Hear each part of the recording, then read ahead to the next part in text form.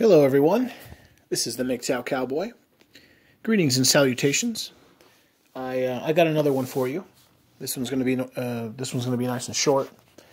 I wanted to talk about, in my own words, I wanted to talk about relational aggression.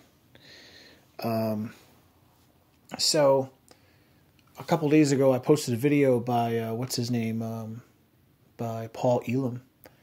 Paul Elam was talking about relational aggression. I wanted to talk about how essentially we have a name now. We have a name now for relational aggression. You can call it the Mgtow movement. And I just wanted to talk about what that is and how it works. So see, men, I remember Jordan Peterson talking about how it's hard for men and women to integrate both our different hierarchies. We're to this day we're having a hard time integrating male and female social dominance hierarchies, and that is because the male way is so easy. It's just violence, the extreme. Men will shit test each other. They'll engage in roughhousing, but the extreme of male dominance hierarchy behavior is violence, right? Or one male violently dominates another. And we in society, we have largely we no longer condone that, right? We call it out. You'll get locked up, you'll get put in jail for it. But the whole other side of social dominance hierarchies, that being the social dominance hierarchies of women, is it has now been studied, and we understand it very well. But there's a lag, or how can I put it? Basically, the way men engage in climbing the social dominance hierarchy is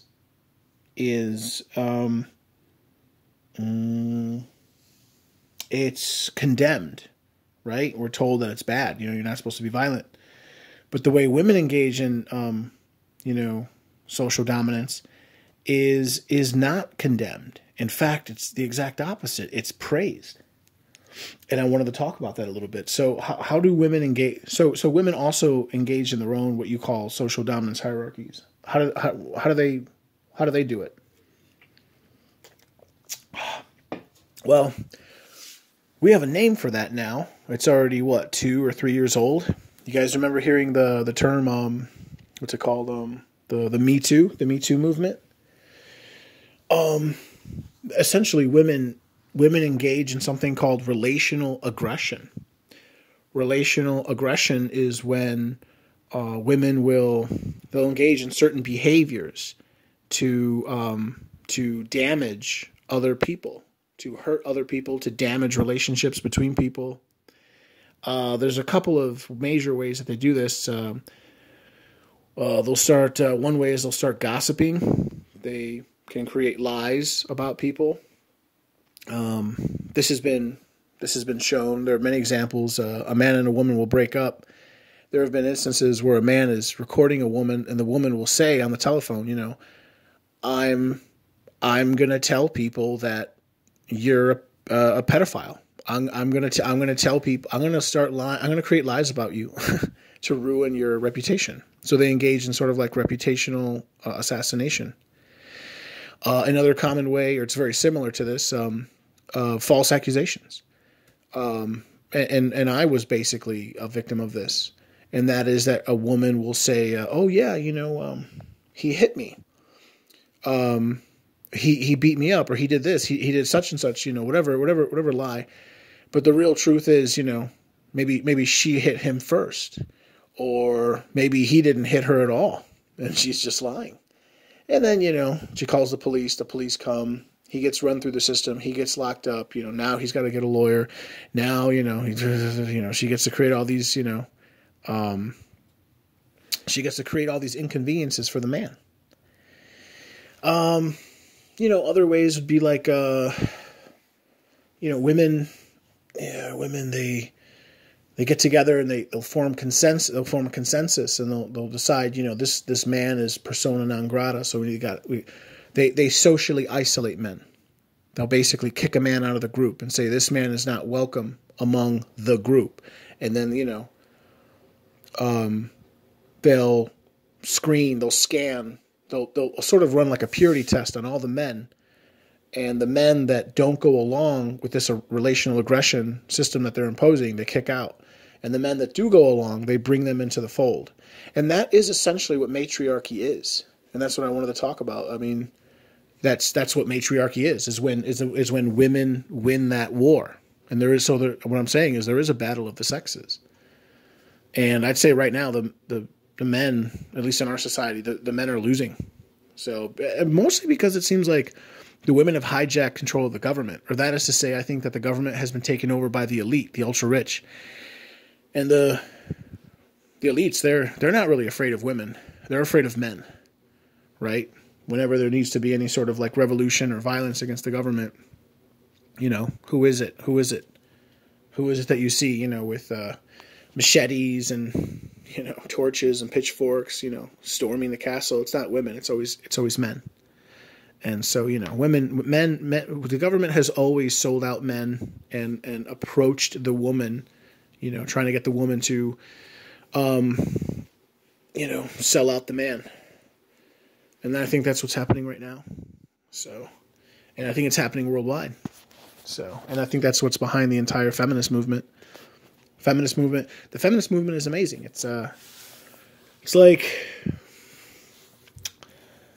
it's not just feminism, the whole woke movement.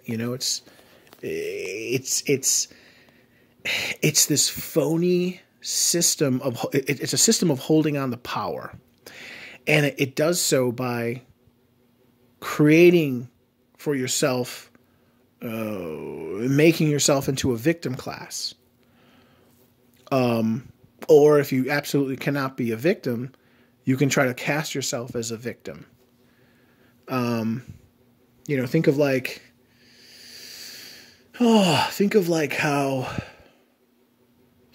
how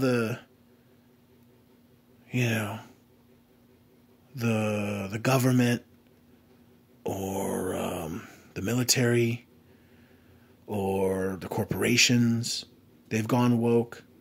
Or the academy, the university, the institutions, the education institutions, the university, they've all gone woke, and they all back each other up. They all, it's like, they all claim to have these ideas of how there's this oppressed group, and there's this oppressed group, and there's this other group that is oppressed, and we side with the oppressed, but really all they're doing is they're calling.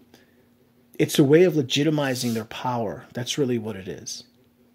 That's what all this wokeness is about. It's like, I find it amazing how you can listen to like some rich white woman, and she's making $150,000 a year, right? She's just by her income alone, she's a top 1%, and she's just babbling on about how like she is a victim.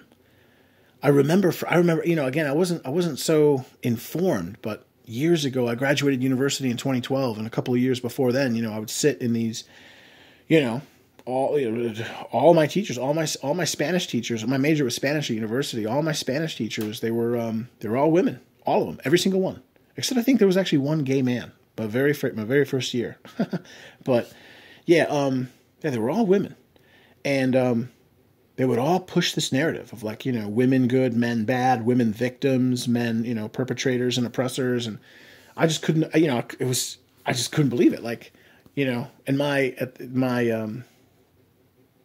what is it? I think it's called advisor. I can't remember what it's called. Every single student is given like an alumni person that like oversees their academic career. I forget what it's called.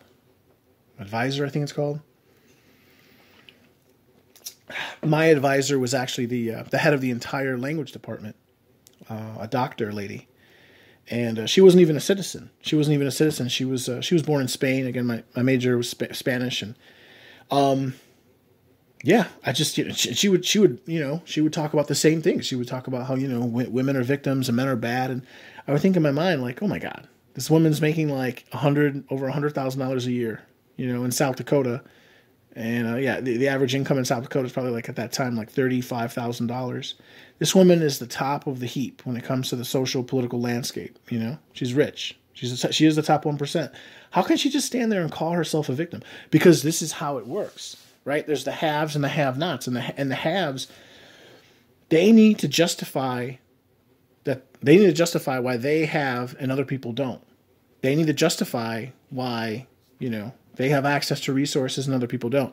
And the feminism, this whole wokeness is just the latest, greatest plot or set of bullshit theories. Put forth by the elite to justify their existence, to justify why it's okay for them to perpetrate a system where they increasingly get more and more and we get less and less. Right? I mean, they say white people are bad, the white men are bad, or all white people are bad. The majority of poor people in this country are white. But, they don't talk about that. And, men are bad. Men are so bad. But the real truth is what they're saying when they say that is, men do most of the work. Men pay most of the taxes. We can't have men unifying and, seeing themselves as a class and objectively proving that they pay most of the taxes. Why shouldn't they control where this money is allotted to? They don't like the idea of, certain groups of people, coming together and it's basically class warfare, I guess is what I'm trying to say. And I just wanted to talk about that.